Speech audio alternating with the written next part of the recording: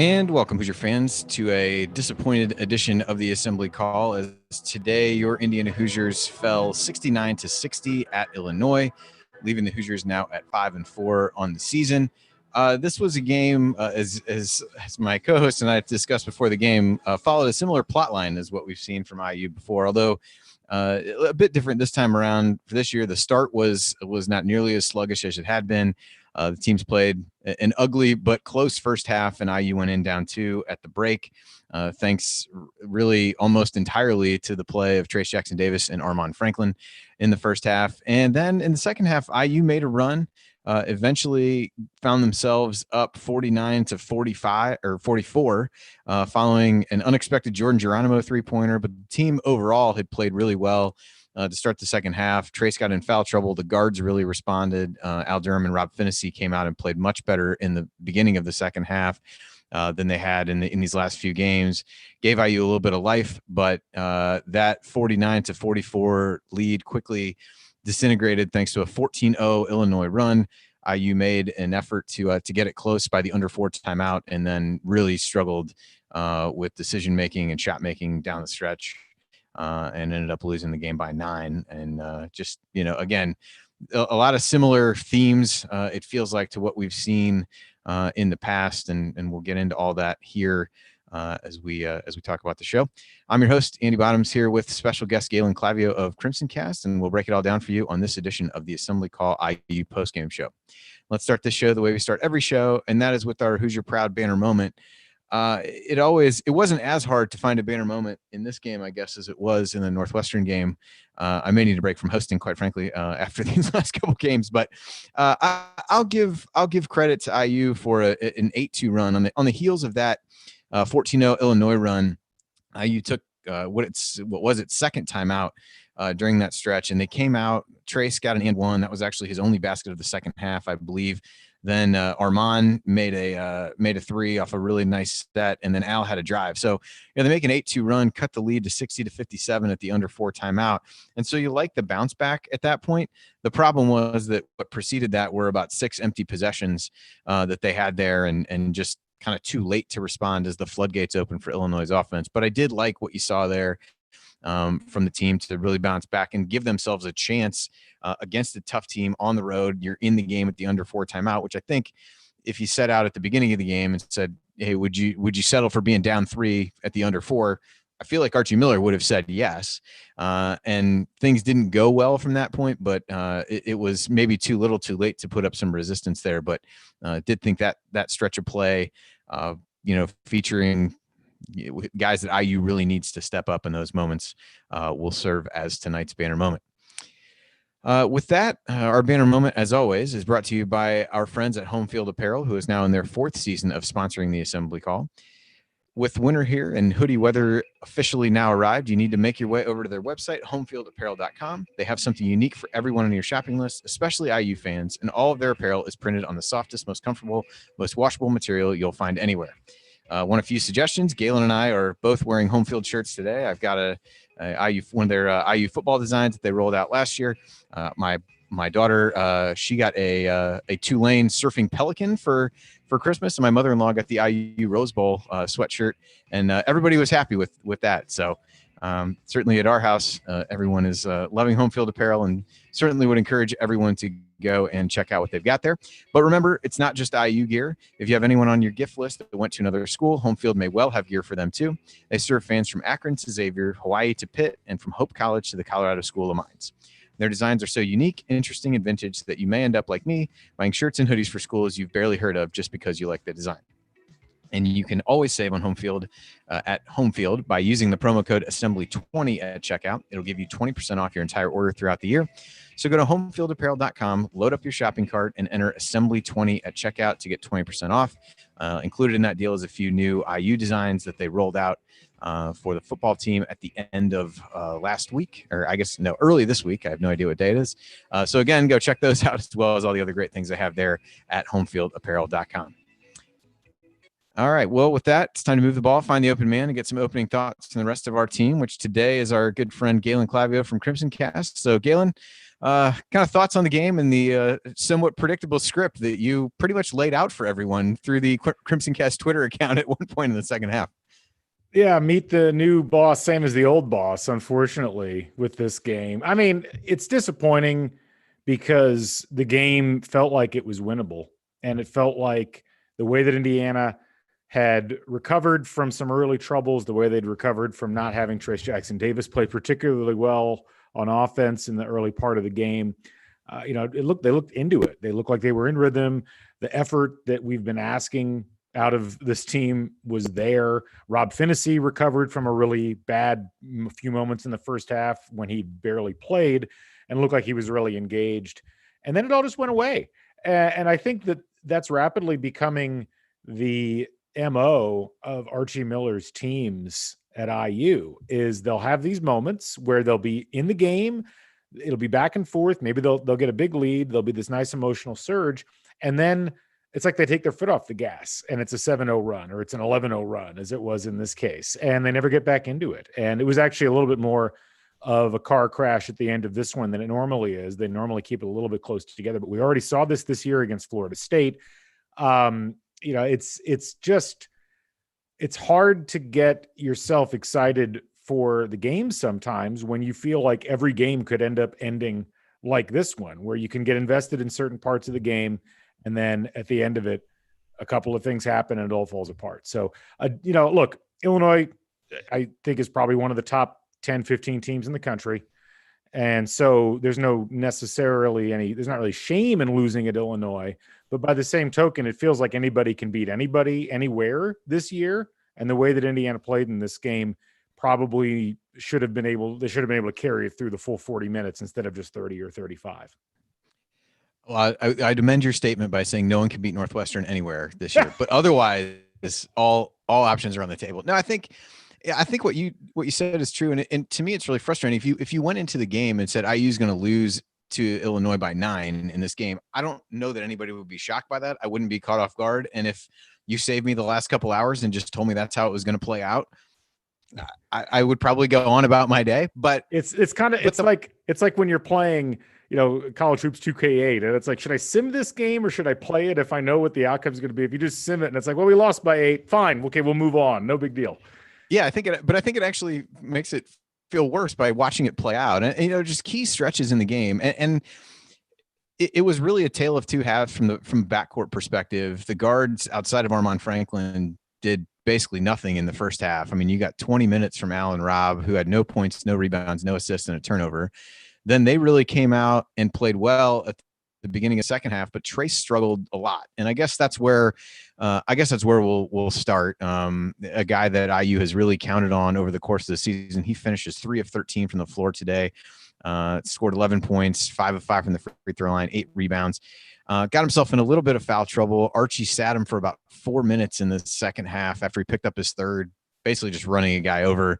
Not really sure if it was worthy of a foul, but that's neither here nor there. And IU, for the first part of that, was able to steal minutes without him. And it felt like maybe the timeout came a possession too late, and the chance to get him in the game came a possession too late, before Illinois took the lead. But either way, Trace really struggled throughout. Felt like he was trying to avoid contact a bit with Kofi Coburn, which I think I can respect, and I would probably do the same thing, but just really felt like he was taking a lot more off-balance shots and kind of falling away from the basket, and just was a matchup that he really struggled with. And I think that, as much as anything, with him being in foul trouble and not being able to score effectively in the second half, was where things started to really get away from them. And so did you see anything other than, Illinois wasn't doubling him? They were basically just playing him straight up. Was it just a case of him not going strong enough? And what do you attribute his performance to? Yeah, I think a lot of it was from the moment that he hit the floor. It looked like Trace Jackson Davis was perhaps too conscious of Coburn blocking his shot or coming across on his shot. And he was altering the trajectory of his shots unnecessarily, I think, from the get-go. And, 3 for 13 from the field, only 5 total free throw attempts. Those are very un-Trace Jackson Davis-like numbers. And that's, I think, probably, look, you want to have a certain degree of caution around a guy with that size, but you can't be afraid to go directly at him and try to pick up fouls, try to use your quickness. That's where your advantage happens to be. I think that really it's also, though, a byproduct of Trayce Jackson-Davis has a tendency to get a little too cute around the rim. And we'd only notice the games where, he scores a lot of points and he's almost unstoppable. But there have been some games so far this year where he has struggled with his touch around the rim. And, some of that has, I think, had to do with the way that he's changed his shot trajectory. He was only 5 for 12 against Texas, which wasn't a whole lot of different from what we saw today. He was 5 for 15 against Providence. So it's not unheard of that he would have a game like this. Some of it had to do with Coburn, but I think some of it is just he had a bad game offensively, and that's unfortunate, but it is something he'll do on occasion. Yeah, so the other thing I wanted to, I guess a couple other things to hit early here. So one is just the offense. There continues to be struggles. Again, you had 3 guys score over 4 points in this game. Armand Franklin continues to be a revelation of sorts with 23 points, was 8 of 12 from the field, including 5 of 6 from 3-point range. TJD, as we mentioned, had 11, and then Al Durham had 9, all of which came in the second half, although he was 4 of 12 from the floor in totality, 1 of 5 from 3, and nobody else scored more than 4 points. And while the defense during the stretch of the game that Illinois made that run in was not good, there was a ton of, as I charted these, lots of layup, Ayo wide open. He got super hot, ended up with 30 in the game. But this team's offense is not good enough to be able, there's just no margin for error. And I feel like, again, speaking of the recite the script from the last game, this is a recite the script from other post-game shows of, the offense is so poor that it leads no margin for error. And against a good team, you're going to maybe not a 14-0 run, but a team like Illinois is going to make a run at you. And during that stretch, IU's offense just wilted and played really poorly in key stretches, including, the last 4 minutes after that under 4 timeout. And at this point, Archie tried playing some different guys, started Trey Galloway instead of Rob Finney. Anthony Leal got some minutes in the first half. Christian Lander got probably a few extra minutes in the first half, but neither of those guys saw the floor in the second half. I don't, Galen, I'm going to ask you the impossible question. And how do you fix this offense at this point? Or is this what we're just resigned to as fans watching this game, watching this team? It's bad, and it's getting worse. It feels like this season, and I think it's going to get worse unless something changes in the aggressiveness of the way that this team plays. I mean, I thought that when Rob Finney was out in the first half, I thought the offense looked a bit better than it normally does. It looked like there was more effort to get the ball into places faster. And then, it wasn't as bad with Rob in the second half as it has been in past second halves in the first part of the second half. And then as you got further in, it regressed right back to where it had been before. And I think so much of this team's offensive problems come down to a lack of aggression and this single-minded focus on getting the ball to Trayce Jackson-Davis in the low post. And teams are just going to start pushing further and further out of the low post. They're not going to let Trayce Jackson-Davis catch the ball down there unmolested. I think you could get away with that early on in the season. You're not going to get away with it in the Big Ten. And so what's your option? And the problem is, unless IU's got like a 7 or 8 point lead going into the last 5 minutes, they have to run offense that's going to yield open shots with guys that can hit the shots. And frankly, several of those last possessions on offense looked like they were hastily designed on a Dunkin' Donuts napkin about an hour before the game. Like there was no flow. You had no spacing. You had guys standing within 3 feet of each other. You got Trey Galloway taking a 3. I mean, no offense to Trey. I thought he played hard today, but that's not the guy you want taking that particular shot there. Like where's your senior who's supposed to be one of your best 3-point shooters spotting up? Where's the drive and kick? Where are all these things? It's like they try one thing, it doesn't work, and then they have to reset. And by that time, the shot clock is done. So I'd love to say that I or somebody else that's observing this team from outside, had some insight that the folks inside the locker room don't have. It's just not the case. And ultimately, what I think you've got is an offense that needs a complete makeover, and you're not going to get that now that you're in the middle of a Big Ten season, essentially.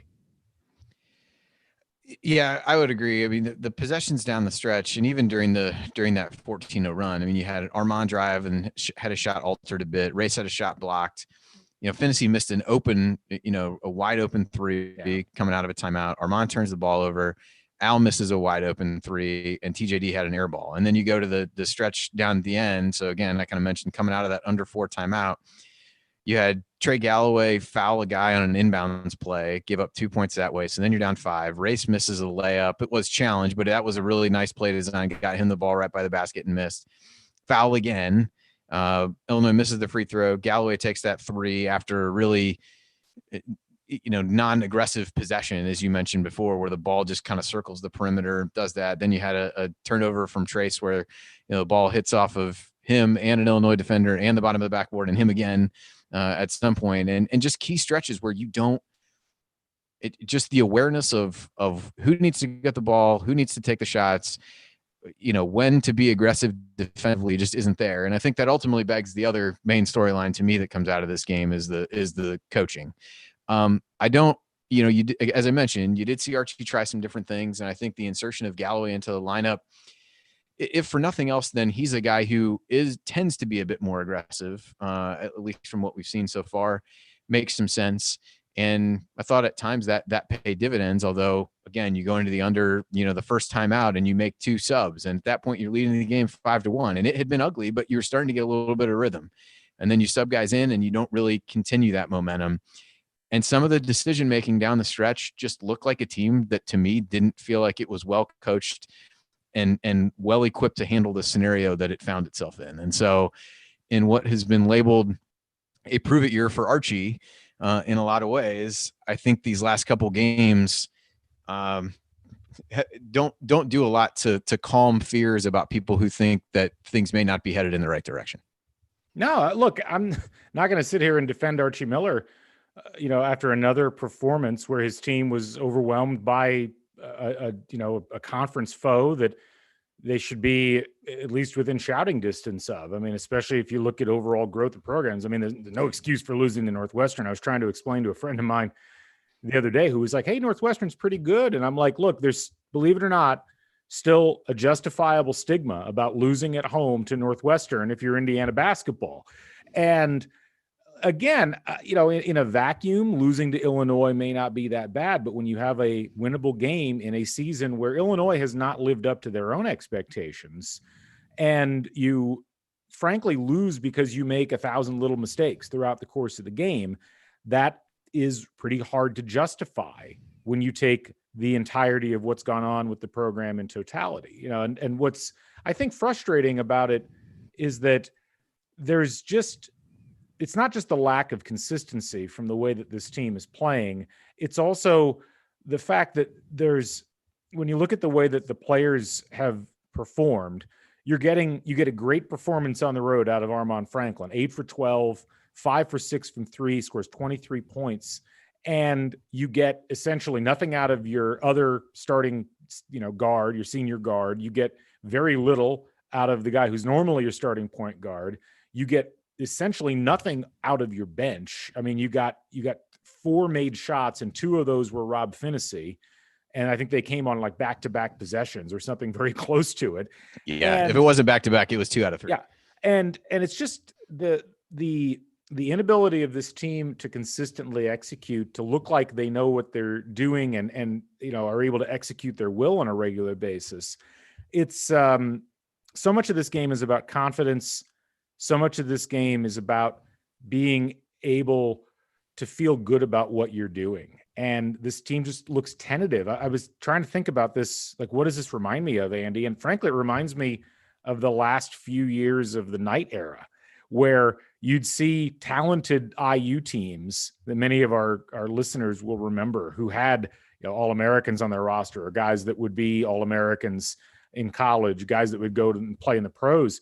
And there'd be games where they looked good and everything went well. And then there'd be games where they looked like they didn't want to be there and had a real hard time executing when it mattered. And, that's just how it feels right now with the way that these IU teams are playing. And I do think that to a large degree that stems from the coaching and the situation that the players are being put in. And look, I didn't come on here to be overly critical of Archie Miller, but it's hard to defend what's going on with this team, when even in the games that they're winning, it's hard to get terribly excited about the way they're doing that. Yeah, I think it just becomes, and as I look back, we talked a little bit after the Northwestern game, Ryan and I think there were some Archie Miller related things that came up, but as I kind of look back at the show, I kind of felt like we didn't talk enough about his role in this and kind of what the way this team is playing is doing or not doing for him and what's really a pivotal season. So I wanted to make sure that we hit it early. But I mean, Ken Pom has updated. IU's now 10th in adjusted efficiency in the nation. Like that should be good enough to put yourself in position to win some of these games. But the offense is down to 56th, and just really, really struggling against an Illinois team that to me was not all that great defensively. They gave up 81 points to Penn State the other day, and gave up 91 in a loss to Rutgers. So it wasn't a team that was impenetrable defensively, and IU's eking out 60 points with this scenario. And I think, and the other thing, and I mentioned this after the show the other night, what becomes equally frustrating is some of the roster related stuff, because you get into this where Joey Brunk is out again. He's a guy that you could have used in a game like this to give another big body, especially with Trace in foul trouble.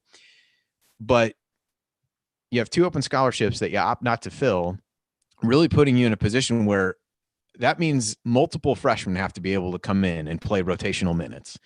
And you saw in the first half, if you want to make an argument for why Christian Lander shouldn't play more or why Anthony Leal shouldn't play more, you can watch their play in that short stretch and defensively they both struggled. I think there was a play that I think Leal wasn't in the right spot. At least it seemed that way from what I had interpreted and things like that. Now the challenge is that you haven't had the chance to get those guys minutes, and this is not the place on the road at Illinois where you need to do that. But you've put yourself in a roster position where you have to do that because you don't have any choice. You have to turn down the bench and say, Jordan Geronimo, go in and guard Kofi Coburn for a few possessions to see what we can steal. Yeah. And I think that's the other challenge, is that it just, the roster seems much thinner, and it felt like you were betting on guys being able to come in and produce early, that I'm not sure that was a fair expectation of, but here we are. Well, I just think, you can look at Illinois and you look at Dosunmo, who's awesome. Coburn's a sophomore. The only other player that's a senior that Illinois is relying on for minutes is Trent Frazier, but Curbelo is a freshman. Adam Miller is a freshman. Berjanis Vili is a junior, but he hasn't played that many minutes. I mean, the idea, you're right. This is, I think, among the most frustrating things is here it is in year 4. And I've been very patient with the roster development with Miller. I've been very patient with, even giving, I think, way too much of the boundary on guys that Miller had on the roster that he didn't recruit, even though they came in as freshmen his first year. But at the end of the day, the pieces aren't working particularly well together. And the fact that you have to start Trey Galloway to try to light a fire under your junior point guard, who has, essentially, when he's been healthy, started every game that he's played so far this year.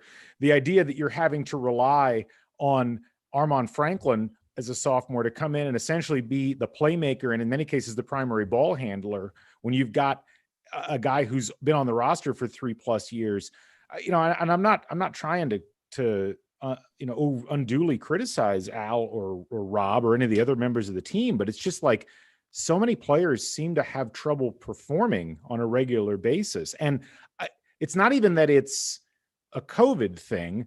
This is certainly a weird year. Everybody's in the same boat. So, it's like you don't want to criticize people for being in what's obviously difficult situations, but Illinois is in the same situation. Northwestern's in the same situation. Everybody's in this same situation. So if you're going to judge people apples to apples, it's just really puzzling that there are so few consistent contributors on this roster after this amount of time. It is very troubling because you look at the roster and there's not a lot of obvious quick fixes. And then you're looking at potentially your best player, leaving for the pros at the end of the year. That's got to be in the back of your mind as well. Yeah.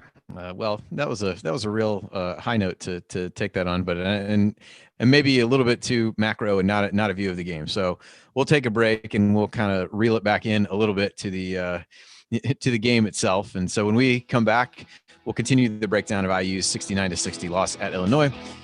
We'll point out the meaningful moment you might have missed, and then we go inside the numbers to highlight the most important statistical notes from the game. You're listening to the Assembly Call. Stick with us.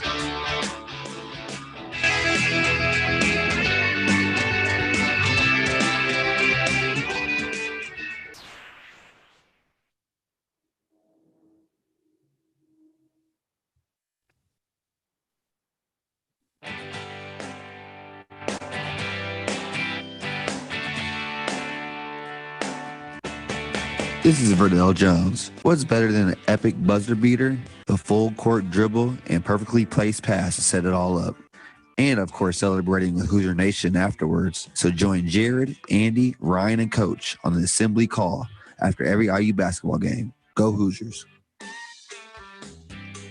right, thank you, Verdell. You're listening to the Assembly Call IU postgame show. I'm Andy Bottoms here with Galen Clavio, and we are breaking down IU's 69-60 loss at Illinois. Verdell's comment about the perfectly placed pass reminded me of a potentially low moment during today's coverage where I agreed with something that Stephen Bardo said about what a good pass Trey Galloway made to get it right in the shooting pocket of Armand Franklin. So immediately wanted to go hit my head against something after that happened. But, what are you going to do? So as we look at, meaningful moments that you might have missed, I use this to highlight a couple guys. So we'll use this to talk about Rob, because he did have a really good stretch at the beginning of the second half. One of the plays, he had a block on Curbelo that led to a Trace Jackson Davis fast break. Al got down. Trace missed the shot, but Al was able to get the putback thanks to a goaltend and gave IU the lead 36-35, which was the first lead they'd had in a little bit before that. And then Rob had a couple nice buckets. Galen, you touched on this before, I believe in 2 out of 3 possessions. He had a really nice finish inside and another drive after that. And even AJ Guyton on Twitter was like, where has this been? Just go. And so it's interesting because, Rob led to the insertion of Trey Galloway into the starting lineup. And you touched on this before. Like, as you watch him play and you see a stretch like that where he was really engaged on both ends, was aggressive, took the ball toward the basket. I struggle with that versus other possessions where there's one he dribbles around, never passes the ball. I think it was toward the end of the first half and took a 17-foot jump shot without really looking to get the ball to anybody. It just is weird to figure out, what's going on with him. So what do you have any thoughts here as how you attribute a guy being so aggressive in a really short stretch, being successful in doing so, but that not really being what they're doing the majority of the time that they're on the court? I mean, it could be as simple as just overthinking on these possessions. The 2 possessions you're referring to, it felt very natural and in the flow of the moment. And, when I watch Rob Phinisee on possessions where that isn't happening, it feels like he's overthinking everything. Like the passes that would normally be made, I think by most point guards, are just not being made. He's waiting too long, and then the pass lane is gone, and you got to start over again. Even just as simple as walking the ball up the floor, it's just a constant. Not just at the end of the game where we notice it and it's frustrating, but all throughout the game. And to some degree, yes, that is the way that Archie Miller seems to want his team to play offense. He talked in the postgame after Northwestern about wanting to slow the tempo down. But I think for Rob, the more time he gets to think about what he's going to do, the more paralyzed he becomes by overanalysis. And it doesn't help that he's not hitting open shots. I mean, you mentioned that wide open 3 late in the second half that he missed. That's essentially what you expect now when Rob Phinisee gets the ball open outside the 3-point line, that he's going to rim the shot out or that it's going to miss somehow. I don't remember the last time that I saw him hit one of those in a moment where it mattered and where it came naturally within the flow of the offense. And it's got to be a real issue for him from a psychological perspective. If you don't feel like you're going to hit, you're not going to hit. It's like being a golfer that doesn't think they can hit a putt. You're going to psych yourself out of it after a while. But for Rob, it feels like it affects his entire offensive game. And it's just unfortunate, but that's something you got to work your way out of, I think, individually. I don't think that's something that somebody else can do there's not something anybody else can do to work you out of that for you. Yeah, another moment that I had, there were multiple times in the game, and Illinois took advantage of this matchup as well. When Race was guarding DeMonte Williams, and there was a stretch where they kind of went back and forth, and Williams hit a three where Race was a bit slow to get out on him. IU got the ball to Race in the post and was able to get him a basket. He had a couple decent post moves in there, but I thought there were other times again for a team that is so geared at getting the ball inside, albeit usually to Trey Jackson-Davis, that there are times that the guards really failed to recognize mismatches with Race because Illinois, in large part, didn't play another big with Kofi Coburn. I mean, they really relied on DeMonte Williams, and I think Grandin maybe was the other guy that they played. And just felt like there were times when they actively turned away from looking at Race in those scenarios. So I guess I'll use that as a segue to talk a little bit about Race, who I thought played okay, had a decent steal early in the game that led to an Armand Franklin layup, but ended up, taking just 5 shots. One of those was a three, ended up with 4 points, 5 rebounds. As you start to look for things offensively that might get IU going, is that a source that they can go to, is trying to take advantage of some of these mismatches? He had similar success against Northwestern at doing some of those things when smaller guys were on him. Is that a potential avenue that you think this team could go, or is it already too interior centric to try to do something else like that? I mean, I think, first of all, I think we need to acknowledge what a tremendous leap forward Race Thompson has made this year from last year. He's more than doubled the minutes that he's played. His shooting percentage has gone way up. Like last year, his effective field goal percentage was 48%. This year it's 60%. He's getting, a higher overall, percentage of blocks than he did last year. He's getting to the free throw line significantly more. Like, he's really contributing a lot, but this is not a guy that is a second or third offensive option. Like, this is a guy who cleans up after Trace Jackson-Davis, or he's there because there's a double team somewhere else and he's open and he can make you pay. I'm not trying to denigrate what he is, but if you're relying on a guy who's your 4th or 5th offensive option as a primary source of offense, particularly when your number one offensive option is sitting on the opposite block, I think that demonstrates you've got much bigger issues. I mean, in this day and age, it's really hard to get away with having 2 post players who don't have a lot of outside shooting ability as your primary offensive options. And you don't want to do that. Like, you want to have your guards doing what they need to do. You want to have your swingmen slashing and hitting jump shots or being open and knocking down threes. That honestly, that's where Jerome Hunter should be doing these things. And Jerome Hunter has these little spurts where you're like, oh, look, he's going to hit shots and he's going to really contribute. And then he goes into these long situations where he can't hit anything. And so I just don't see Race Thompson as being the guy to do that. That said, I don't think Race Thompson's ever going to take a huge amount off the table in terms of what he provides you offensively, because ideally it's a limited amount of things that he's having to provide you in the first place. Yeah, the other moment I wanted to hit, and then happy to throw it to you if there are any, but I mentioned this a little bit earlier. The game got off. IU was up 5-1 at the first media timeout. It was fairly ugly both ways, but IU had at least scored on, no one scored early, but IU had scored on 3 straight possessions.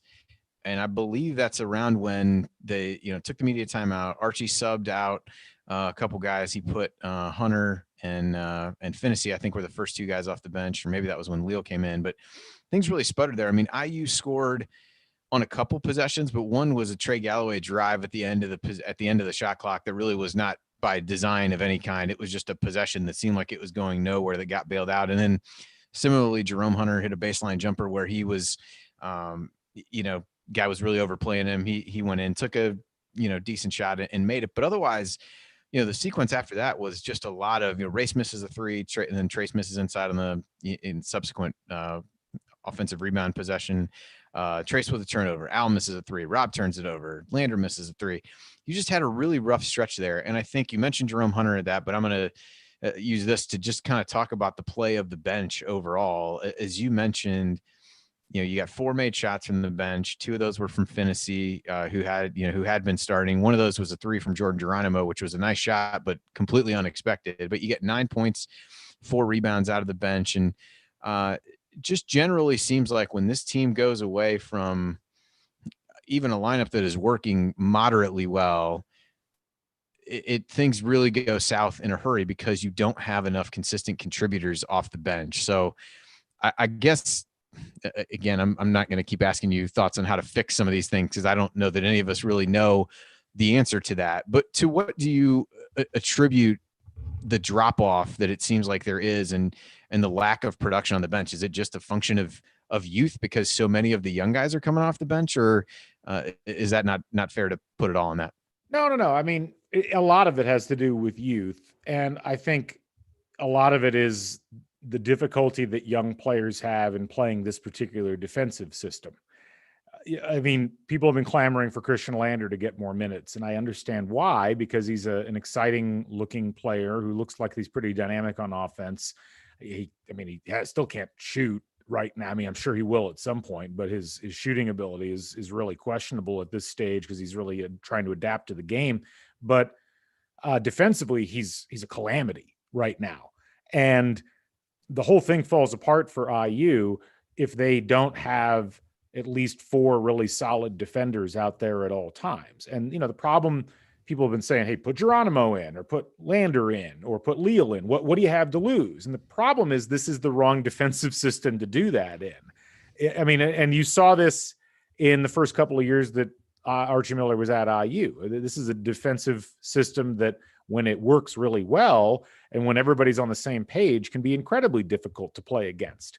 But I think where all of this has fallen apart for IU is the idea that they didn't expect to need freshmen coming off the bench to be playing major minutes because their upperclassmen weren't contributing offensively.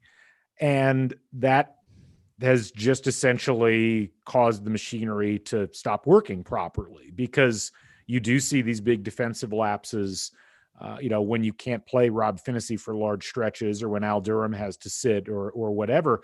And that's a real problem. And I don't know what the answer is there. I mean, there was a lot of people discussing this on Twitter after the Northwestern game.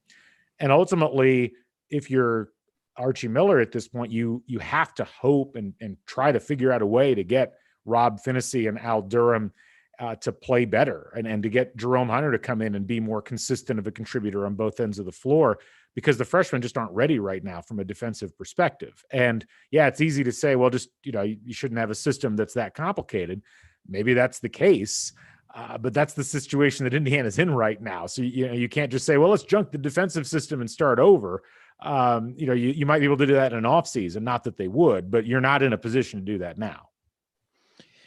Yeah, I think I mentioned this before too. I mean, Lander is biting on any kind of ball fake, shot fake, whatever, and getting himself in difficult positions defensively. Although I did think it was interesting that Archie put him in for the last minute or so, kind of the end of half scenario, but then didn't play him in the second half. I think Leal had similar struggles on the defensive end, and all these guys at this point have a bullseye on them where people are just going to drive them. And quite frankly, they're at the point where they're just going to he's going to need to pick a couple of them and say, hey, we're just going to work through this. And you may have to pick a couple and say, hey, I'm not willing to work through this with you. And I think that's where the challenge, and we've gotten into some debates on these last few shows about how do you play Lander more, because there it feels like the upside makes it justifiable to say, I'm going to live with this and hope that I can teach him through film, through whatever, what he's doing wrong, because the upside, if he can start to play well, given how the other guards not named Armaan Franklin have really played for this team, he's the one that can really push you closer to the ceiling of what the team can be. And so that's where, this, again, you can look at that either way. If you're on the side of, hey, he's not playing defense well enough to play, you can watch him play in the first half and say, yep, I was right. And if you're of the opinion that they need dynamic players in the game and they have to let him work through it, you could make that argument as well for a team that scored 60 points and continues to struggle on offense. I mean, the offensive thing it's just so irritating because so much of it, you look at the players that are doing well for IU on offense, which is really at this point just Trace Jackson Davis and Armaan Franklin consistently. I was going to say that's a short discussion. And they'll occasionally be games where other players will chip in and they'll have a good game. It's not like none of the other players have done that so far this season, but the players that are playing well offensively are taking the initiative. They're being aggressive with the ball. They're being aggressive moving to the hoop with or without the basketball. They're there's a real attack mentality among those players. And what you're not seeing is that attack mentality out of, some of the regulars that are out there. You're seeing it out of Armaan Franklin, and people have been like, wow, he's been a revelation. Armaan Franklin looks like he wants the ball. Armaan Franklin looks like he wants to score. Trayce Jackson-Davis wants the ball. And yes, he had trouble today, but he looks like he wants to score. Even Race Thompson, even though he's not, like I said, a primary offensive option, doesn't look afraid to shoot the ball. And yet there's so many other players on this team that really seem to be struggling in that category. And then, you got like Lander, who you mentioned. I think he has no problem shooting, but he can't hit right now. And I'm sure that'll come around eventually, but it's hard to keep a guy like that on the floor when he can't contribute offensively or defensively. And I think that that's something that, again, it's hard to work out as you move forward, because it essentially means, you're down to like hoping that three guys, whoever those three guys are, nor at this point it's Armaan, Trayce, and a random third person, are going to be able to carry you against teams that in a lot of cases I've got 4 or 5 people that are firing and hitting on all cylinders. That's not a great recipe for success as far as what this team's hoping to do in the Big Ten. No, it is not. So, all right, well, let's go inside the numbers. This could be a fun place to go. Well, let's start it on a positive note, because in lost amidst this, and we've alluded to him a couple times, but Armaan Franklin does score a career high 23, 8 of 12 from the field, 5 from 3, only 2 of 4 from the free throw line, but had a couple rebounds, didn't have any assists, and had 3 turnovers. And I think some of that did have a couple steals, though. I think the turnovers come from what you said. He's being aggressive, and sometimes you're going to have to live with that. Even in total, IU only had 8 turnovers, but Armaan was, he kept IU in the game. He hit some big threes at key moments coming off of screens, and just really somebody must have told him they were at Bankers Life Fieldhouse. I'm not really sure. Yeah. Whatever they did to do that, it certainly worked. But just talk a little bit about, what you saw from him today, because he was undoubtedly the bright spot of this performance on the road. He gets the ball, and in almost every situation looks like he knows what he wants to do even before the ball gets in his hands, whether that is catch and shoot, whether that is drive and shoot. And it shows in I think especially his 3-point percentage. He is hitting 50% from 3 for the season so far, 19 to 38 from beyond the arc. And I think so much of it seems to come down to confidence. It's funny you mentioned his turnovers. Overall in the season, his turnover rate is actually better this year than it was last year. The difference was last year, this was a guy that had no confidence on the floor. Like, he really struggled pretty much every time he came in, to the point that I think many people were wondering, like, why did they recruit Armaan Franklin? And this year he's essentially left no doubt. I mean, from that Stanford game on, he has been a key cog in what Indiana's done offensively. And I think he was clearly Indiana's best player today offensively. There were so many possessions where it looked like Indiana wasn't really sure what they wanted to do. And then Armaan Franklin got the ball and did something. And, it's just, he's going to have that role the rest of the season, because no one else on the perimeter seems to want it.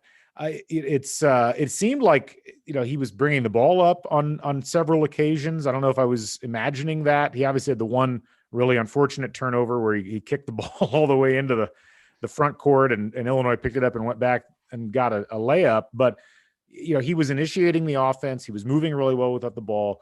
He was taking initiative. And I think if Indiana is going to figure out a way to right the ship, he's going to have to be the key on this. It doesn't mean Trayce Jackson-Davis isn't going to score a lot of points, but it is so much easier to use your defense to put an umbrella over the top of Trayce Jackson-Davis, especially since we don't seem to be able to make over-the-top passes into the post to get Trayce Jackson-Davis the ball. Armaan Franklin, with this type of offensive performance, that's what helps to open things up and get the ball to Trayce Jackson-Davis in space so that he can do something. And so I really thought he played an excellent game. I thought that in a really tough place to play, under normal circumstances, he made it look pretty easy. And I felt like he got let down by his backcourt mates essentially throughout most of the game. Yeah, I think that's fair. I mean, he really was carrying everything. And other than that initial stretch of the second half where Al and Rob got going, I mean, he was the backcourt production for the majority of the game. As we look at other numbers, the shooting stats jump off the page as being incredibly ugly. IU, well, from a 3-point perspective, not bad. Was 7 of 18 from 3, 38.9%, but that leaves them at just 16 of 40 on 2-point shots. And in the second half, they were 8 of 20 on twos. So basically, we're 8 of 20 on twos in both halves, if my quick math is correct there. So didn't shoot the ball well from inside the arc. Trace missed a lot around the basket. But again, I felt like most of those were kind of falling away or leaning to really awkward angles from that perspective. IU got out rebounded 40-28. Kofi Coburn had 15 rebounds overall in the game. Didn't give up a ton of second chance points, really only gave up 8 second chance points on 8 offensive rebounds. So that wasn't a huge issue. Points in the paint were about even. Fast break points, there were very few to be had for either team. And IU only turned the ball over 8 times, but just had 9 assists. So 9 assists on 23 made field goals speaks a little bit to the one-on-one nature of what they needed to do in order to score. Weren't getting a lot out of the natural flow of the offense there. Galen, any stats jump out to you as you look at the box score? Well, that 8 turnover number is a really interesting one because I know that's been something that Archie Miller's really been emphasizing, like limit turnovers. And normally that's a good idea because you turn the ball over, you're not scoring on that possession. And Indiana certainly has had some games where the turnovers have been unquestionably beyond what they needed to be. But the downside is, again, I think when we talk about this team being tentative in the way that they play the game, if you're playing trying to avoid making mistakes, you can oftentimes do more harm because ultimately, if you really want to get down to efficiency numbers, a possession where you don't score and a possession where you turn the ball over are pretty much the same.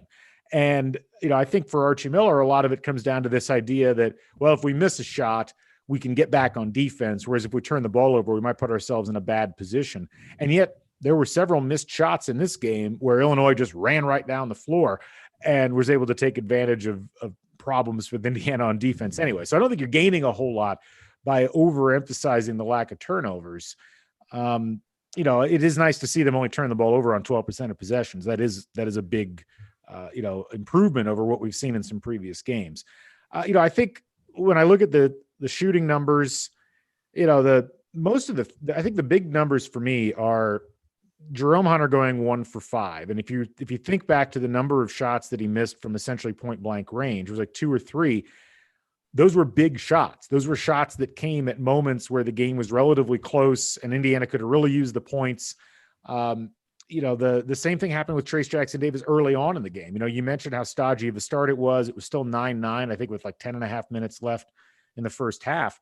And it felt like Trace Jackson Davis had missed, I think, 5 shots during that time period. And, there was that period where it was still in single digits, but Indiana had like a 4 or 5 point lead. And it's like, those would have been really nice baskets to have because, every little bit counts if you can get the other team on their back heels because they feel like, okay, well, Indiana is actually hitting and we're not. What are we going to do? That's where I think you gain a bit of an advantage in the way that you're matching up against the other team psychologically. And they just never provided themselves those options in either case. And so the other one that I think, again, you look at Al Durham and Rob Finney, a combined 1 for 7 from 3.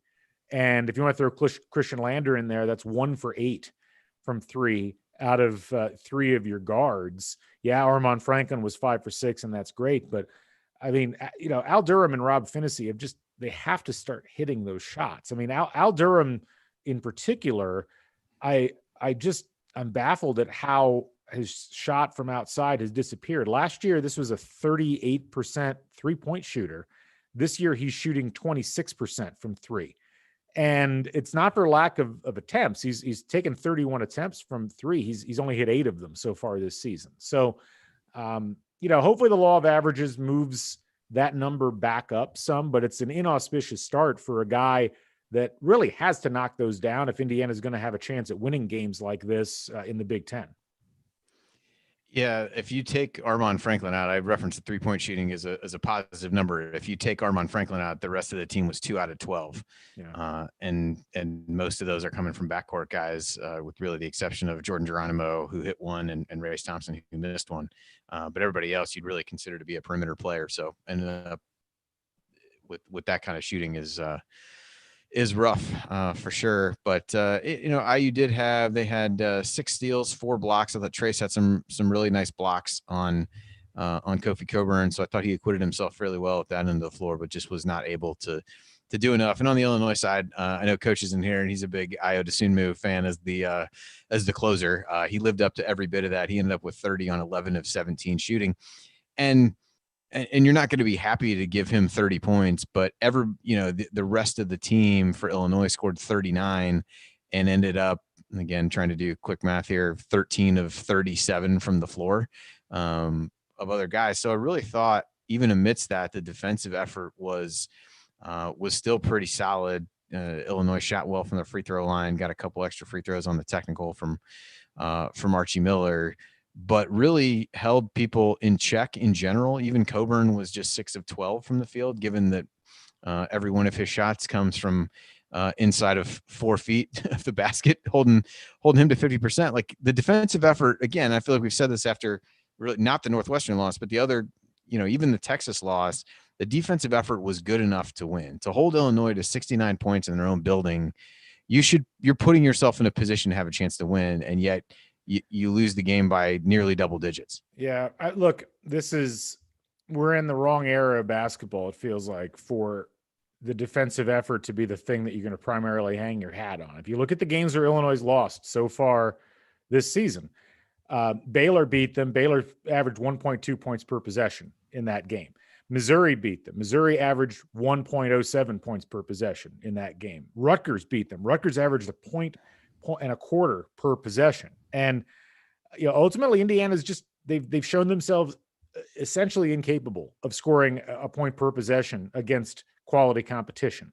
When you score 0.91 points per possession in this game, it just creates an undue amount of pressure on your defense to hold a team that has a guy capable of scoring 30 points in a game, and he's done it multiple times this season. What are you going to hold that guy to 20 points? I mean, it's very difficult to do that. And it happened in the Florida State game too. Florida State, not a great offensive team. And the teams that are going to beat them this year are the teams that are going to be able to score on them. Indiana couldn't.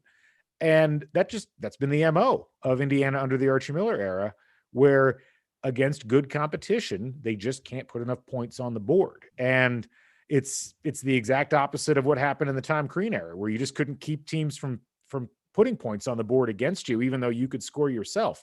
Frustrating to swing from one extreme to the other, but here we are. All right, well, coming up on the assembly call, we'll hand out our game ball, which should be pretty easy, and hit any other lingering storylines, and then we'll look ahead to Indiana's next opponent, and then it will be time for last call. That's all next here on the assembly call. Stick with us.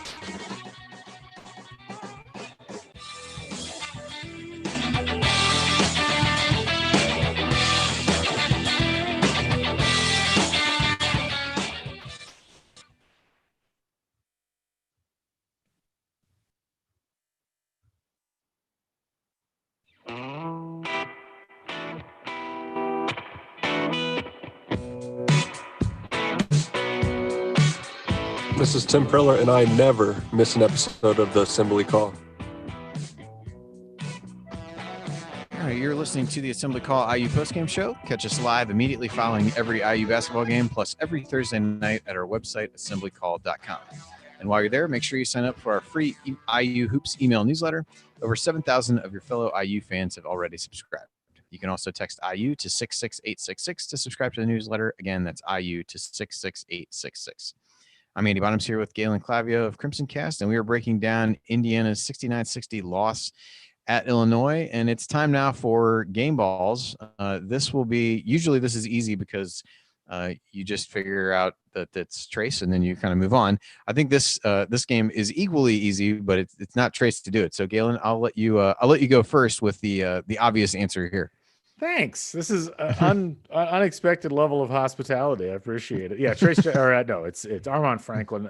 Just a a great performance, the kind of performance that I think anybody can be proud of. And for a sophomore that certainly struggled in most of the games last year, to go into State Farm Center or whatever the heck they're calling their building these days and put 23 points up on the board and, really duel Dosunmo kind of even for most of the contest until the very end is a big accomplishment. So yeah, hats off to Armaan Franklin on what was, the type of performance Indiana needed and which he was able to essentially provide throughout the course of his whole time on the floor.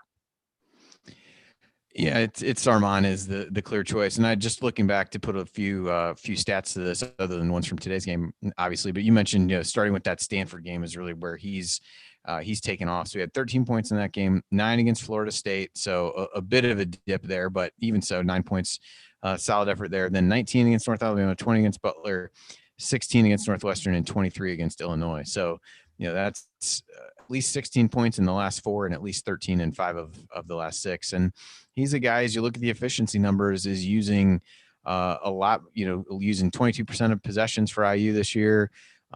And his offensive rating has gone up with significantly higher usage. It's gone up from an 89 a year ago to 103 right now as he stands. As you mentioned, he's 19 of 38, 50% from 3-point range, actually shooting slightly better from 3-point range than 2-point range. He's 25 of 52 on twos, but just really doing a solid job and a guy who continues to be a bright spot in an otherwise not great beginning to the conference season for sure. So we also had in Coach's Honor instituted this Mike Roberts Real Hustle Award. I don't know if there's an ability to, I don't know if there's an obligation, perhaps that's the better way to say it, to hand this one out. But I don't know if you have any, thoughts on who might be the recipient of this, but I'm struggling. I'll give you that. I mean, I guess if we're going pure hustle, I guess I'll give it to Trey Galloway. I mean, played 32 minutes and, was certainly an irritant out there, was smart with the basketball, didn't try to do too much, drew some defenders on some drives as he is wont to do. And, it didn't really take anything off the table. I felt in this game was tied for second on the team in rebounding, which is kind of hard to believe. I guess technically he was tied for third. I missed that offensive rebound by Race Thompson, but if I had to give it to someone, I guess I'd give it to him. Yeah, I was leaning the same way. Had a couple assists as well. No turnovers for him, which has been an issue and was an issue in the Northwestern game for him. But I thought he didn't. A couple of the threes that he took, I don't know that those are. He hit a couple against Northwestern from the corner. One I know was a late shot clock possession down the stretch, and the other I don't know. Is probably not the shot that you want. But in general, I thought he acquitted himself well and. So I'll go with you and give that one to Trey because I don't think there were a lot of other clear contenders for that one as we look through. So Galen, as we come close to wrapping up here, anything else that we didn't hit or players that we didn't touch on that you'd like to make sure we talk about before we wrap things up?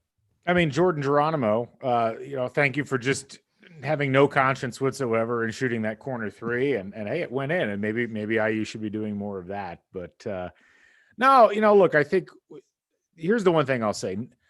We've been critical of some players. We've been critical of the coaches. Nothing is unfixable in this season.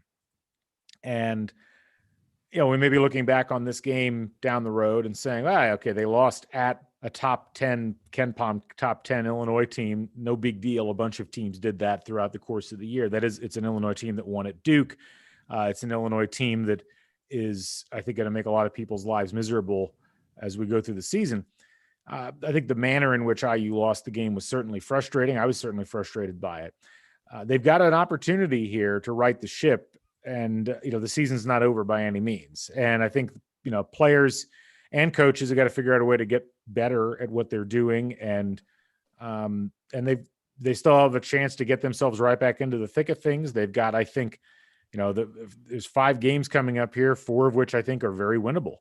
And they need to be won. Like at this point, they kind of burned their margin of error with that home loss to Northwestern. I don't care how good Northwestern ends up being. You just can't lose that game given the gauntlet that this Big Ten presents for everybody in it. And so that's, I guess, my big take home point from all of this is that we don't know how the season is going to play out, and there's a lot of season left to be played. Indiana just needs to play better, and we know they've got the capacity to do it. There's no more moral victories at this point. You just got to win games, and if you can get the effort out there for 40 solid minutes, then that's going to fix that. That'll fix it, and then people will stop complaining. That will be, I think, it'll be different from what we've seen so far out of this IU team over the last couple of years. And I guess that's the scary part. And we're going to learn a lot about where they're at individually and collectively between now and the middle of January. Yep. So as we look ahead to IU's next opponent, they play on Wednesday, December 30th, home game against Penn State. This definitely falls in the you need to win this game category, similar to the Northwestern game. Penn State comes in 3-3. They do not play this weekend. Their last game was against Illinois on Wednesday, and they'll have a week essentially to prepare for IU. They're 0-2 in the league, lost at Michigan by 4 and at home to Illinois by 17. Otherwise, they're have picked up a big win at Virginia Tech, lost at home to Seton Hall in overtime, and beat VCU at home. So have a mixed bag results wise for Penn State. This is their first go around with Jim Ferry as I believe the interim coach, with Pat Chambers gone. They've got 4 guys in double figures in the post Lamar Stevens era, led by Isaiah Brockington, who's averaging 15 points a game, Myron Jones at a little bit over 13, Seth Lundy with 13 as well. So a few different guys to kind of keep an eye on as you look down their roster. Pretty guard oriented, at least from a scoring perspective. So be interesting to see if Trace is able to get going inside and be able to find a little bit more room to operate there. And I think, as you mentioned, Galen, as you look at this as an opportunity to right the ship and maybe build a little momentum, it has to start with this game, because while some of the subsequent games are also winnable, I think starting 0-3 and feeling things start to spin a little bit would not be the recipe for ongoing success. So these next 2 home games against Penn State and then against Maryland are ones that IU really needs to get to right the ship before they go to Wisconsin for what will be a really tough game. And Wisconsin looks like potentially the class of the Big Ten, certainly at the top of that conversation. Yeah, right. Go ahead. Sorry, that I agree with all that. Yeah. Okay. All right. You're good. All right. So you're listening to the Assembly Call IU postgame show. Remember to check out our friends at Home Field Apparel to get the perfect gift for the college sports fan in your life.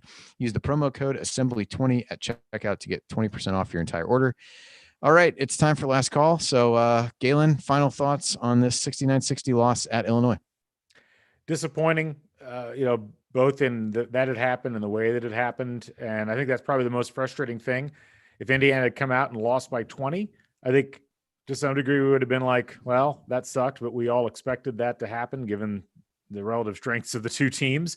But that's not what happened. Indiana was in the game with 10 minutes left. They were up by 5 and looked like they had a really good shot at coming away with a big victory on the road. Instead, they lost by 9. And I think that's probably the most frustrating thing about this team, is that you can visualize the wins happening given what's on the floor, and then it just never comes to be. And until it starts to come to be, I think there's going to be a lot of heat on this team to figure out how to make that happen. And hopefully they figure it out. I know that it's not going to get any easier in this conference. And this is maybe the most unrelenting Big Ten schedule that ever has been played. And everybody's going through the same thing.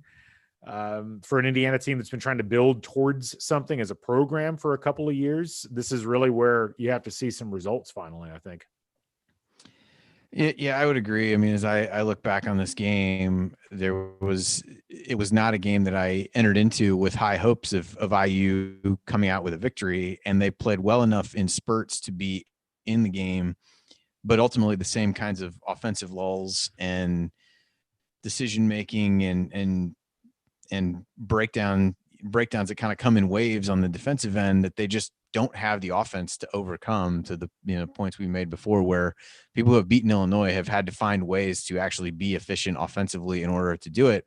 And I think IU did a better job on defense than many of those teams that have played Illinois so far, but we're so much worse on offense that that it really struggled. And you had guard play outside of Armand Franklin that really showed up for a stretch at the beginning of a half, but in large part, the rest of the game wasn't there. And a game that Trace Jackson-Davis really struggled, the guy that they've really relied upon game to game this season, struggled with the physicality of Kofi Coburn. And you're not going to have many days that he shoots that poorly, but I think some of his shooting was a function of the defender. So while you certainly don't expect him to have those kinds of days, you can kind of see why. And so this really puts IU at a little bit of a crossroads as they go through these next couple games. And they really, if they want to right the ship on this season, it has to start with these next two games. And those, to me, are must win is probably too strong for this point in the season in late December.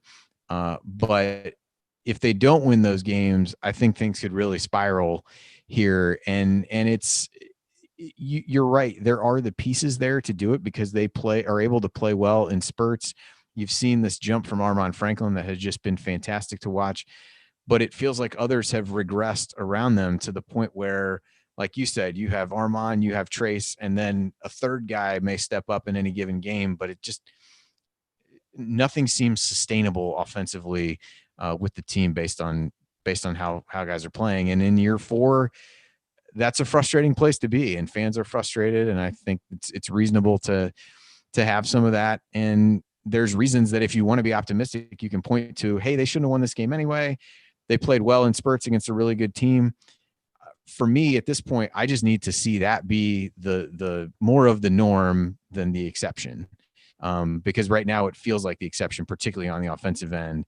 And as you said, Galen, in college basketball today, there are very few teams that are built around playing really good defense and adequate offense that are really going to find themselves at anywhere near the top of the college basketball world. And that's really where IU finds itself right now. They've got a really, really strong defense, and they can't get out of their own way on offense more often than not. So a frustrating loss, and it leads to 2 really big games coming up at home, which normally you would say, well, at least they're going to be home in front of the crowd that can help propel them. And that is not something that's going to happen this year. So we'll see how the team's able to respond with a few days off, and they'll get back at it on Wednesday against Penn State.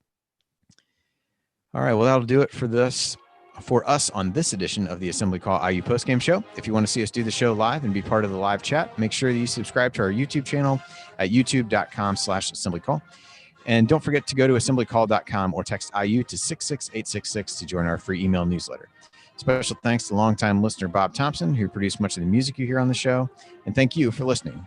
We'll be back to talk IU hoops again with you on Wednesday after the Penn State game. And until then, take it from me, Christian Wofford. Keep your elbows in and your eyes on the rim. Thank everybody for coming out. All right, I got to get out of here, folks. Thank you. All righty. Galen, I appreciate you hopping on for this one. Yeah. Feel we probably owe you and Chris after Chris had to getting the opportunity to come on after that Northwestern game. It's some kind of trap that we've invited you all into here, apparently, to talk about what happened. I don't know what's worse, like burning a Saturday evening or having to go on at 10:30 at night after losing to Northwestern. But I can tell you it was going on after the Northwestern game. I'm pretty sure. Fair enough. I can't say for sure. I don't know, but for me that was worth. I feel like I've still got dinner and the night in front of me now. Yeah. Versus needing to unwind a little bit after having talked about that game for over an hour. So, well, that's my thoughts at least. But anyway, I appreciate you. I appreciate you joining me. Thanks for having me on. Good to see you as always. And we'll talk to you soon, I guess. Yeah. You guys got any bowl preview content planned? Actually, for, I just released something about 3 hours ago. I taped something as Osterman was driving over because, as you know, that drive from Bloomington to Champaign is one of the worst in the conference. So we did a good 35 minutes and kind of previewed that. And then I did something with Courtney Robb, who's one of the reporters for the TV station in Columbus, Mississippi. So both of those are up on the feed now. So we'll probably do one more before the bowl actually happens. We'll see. Okay. Awesome. Yeah. That's what, week from today, right? Week from today. Yeah. Totally losing track of what day it is, but it's coming up fast. Today. It's crazy. So yeah, it's happening. Yeah. Awesome. Well, looking forward to it. And I definitely found listening to you guys after the bowl stuff a little bit cathartic. So We try. yeah. All right, man. We appreciate you. All right, you guys Thanks. take care, and we will talk to you soon. All right, take it easy. All Bye. right, thanks everybody.